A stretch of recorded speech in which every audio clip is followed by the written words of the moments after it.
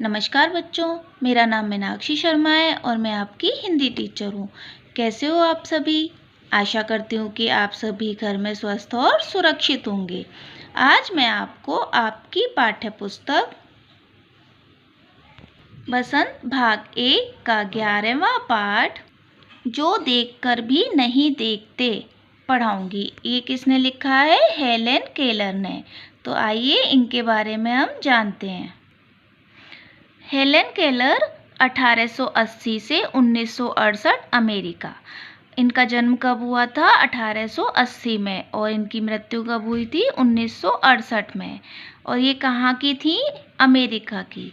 एक ऐसा नाम है जो घोर अंधकार के बीच भी रोशनी देता रहा। कल्पना करो कि जो ना सुन सकता हो ना देख सकता हो, फिर भी वह पढ़ना लिखना और बोलना सीख ले, भरपूर आशा आकांक्षा के साथ जीवन जीने लगे, उसके योगदान दुनिया के लिए यादगार बन जाएं।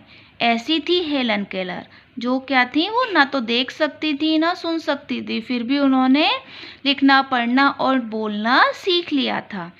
जब वे 1.5 वर्ष की थी तो बचपन की एक गंभीर बीमारी की वजह से उनकी देखने और सुनने की शक्ति जाती रही, लेकिन उन्होंने हार नहीं मानी। कॉलेज के दिनों में ही प्रकाशित अपनी आत्मकथा स्टोरी ऑफ लाइफ में वे लिखती हैं। उनकी आत्मकथा क्या नाम था? Story of life. मुझे तो ये याद नहीं कि ऐसा कैसे हुआ, लेकिन ऐसा लगता था कि रात कभी खत्म क्यों नहीं होती और सुबह क्यों नहीं आती। दुनिया की सब भाषाओं में इस किताब के अनुवाद हुए हैं। इसके अलावा भी उनकी 10 पुस्तकें और सैकड़ों लेख प्रकाशित हुए हैं। उन्होंने दुनिया भर में घूम घूम कर अपने जैसे लोगों के अधिकारों और विश्व शांति के लिए काम किया। हेलन केलर भारत भी आई थी। तो आइए इस पाठ को अब पढ़ते हैं, इनके द्वारा लिखे हुए पाठ को पढ़ते हैं। कभी कभी मैं अपने मित्रों की परीक्षा लेती हूँ, यह परखने के लिए कि वे क्या देखते हैं। हाल ही में मेरी एक प्रिय मित्र जंगल की सैर करने के बाद वापस लौटी।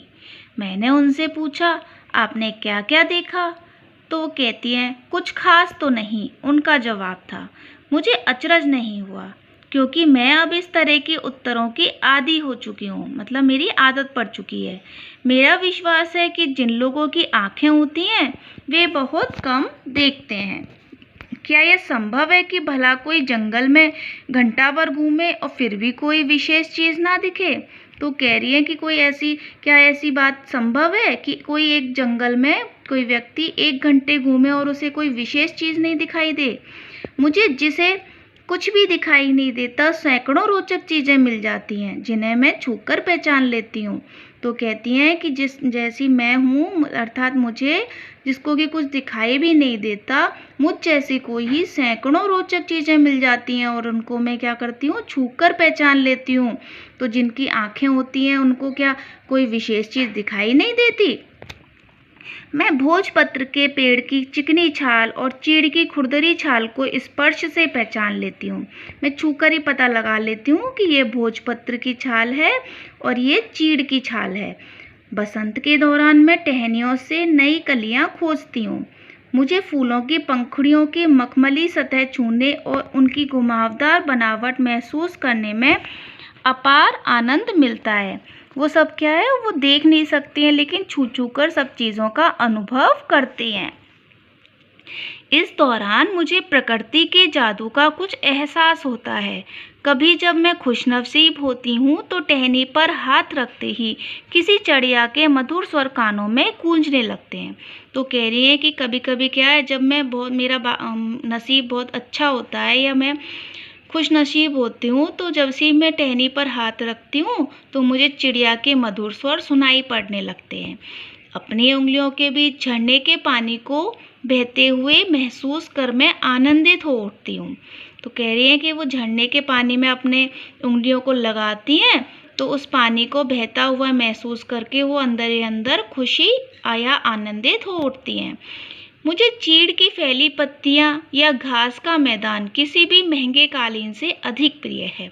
तो कह रही हैं कि चीड़ की जो फैली हुई पत्तियां होती हैं और जो घास का मैदान होता है वो मुझे किसी भी महंगे से महंगे कालीन से भी ज़्यादा प्यारा लगता है, प्रिय है। बदलते हुए मौसम का समा मेरे जीवन में एक नया रंग और खुशियाँ भर जाता है। कभी कभी मेरा दिल इन सब चीज़ों को देखने के लिए मचल उठता है, मतलब मेरा मन करता है कि जो चीज़ें मैं अनुभव कर रही हूँ मैं इन सब को देख सकूँ। अगर मुझे इन चीज़ों को सिर्फ छूने भर से इतनी खुशी मिलती है तो उनकी सुंदरता देखकर तो मेरा मन मुग्ध ही हो जाएगा। तो कहती हैं कि जब मेरे को इन चीज़ों को छूने से ही इतनी खुशी मिलती है तो जब मैं उनको देख सकती तो मेरा मन कितना मुग्ध हो जाएगा। अगर मैं उनको देख सकूं तो मेरा मन कितना खुश हो जाएगा। परंतु जिन लोगों की आंखें हैं वे सचमुच बहुत कम देखते हैं। तो कहती है लेकिन जिन लोगों के आंखें भगवान ने दी हैं वो इन चीज़ों को बहुत कम देख पाते हैं, मतलब इनका महसूस नहीं कर पाते हैं। इस दुनिया के अलग अलग सुंदर रंग उनकी संवेदना को नहीं छूते हैं, उनकी भावनाओं को नहीं छू पाते हैं। मनुष्य अपनी क्षमताओं को कभी कदर नहीं करता, क्योंकि मनुष्य अपनी क्षमताओं की कभी भी कदर नहीं करता है। जैसे उसको ईश्वर ने देखने की क्षमता दी है तो उसका भी वो लाभ नहीं उठाता है। वह हमेशा उस चीज़ की आस लगाए रहता है जो उसके पास नहीं है। और क्या करता है मनुष्य? उस चीज़ की उम्मीद लगाता है जो उसके पास नहीं होती है। यह कितने दुख की बात है कि दृष्टि के आशीर्वाद को लोग एक साधारण सी चीज़ समझते हैं, जबकि इस नियामत से जिंदगी को खुशियों के इंद्रधनुषी रंगों से हरा भरा किया जा सकता है। तो कह रही हैं कि कितने दुख की बात है कि दृष्टि के आशीर्वाद को, अर्थात भगवान ने जो हमें आंखें दी हैं, देखने का आशीर्वाद दिया है, उसको मनुष्य साधारण सी चीज़ समझता है। और जबकि इस अनोखे उपहार से जिंदगी को खुशियों के इंद्रधनुषी रंग से भरा जा सकता है। वो कहना चाहती हैं कि जब मनुष्य के पास जो चीज़ होती है उसको उसकी कदर नहीं होती है, मतलब मनुष्य के पास आँखें होती हैं, देखने की शक्ति होती है, लेकिन वो उसका सही उपयोग नहीं करता है। उनकी आँखों की शक्ति चली गई थी, देखने की शक्ति, लेकिन उनको सब चीज़ों को वो छूकर अनुभव करती थीं। तो बच्चों ये पाठ यहीं समाप्त होता है। धन्यवाद।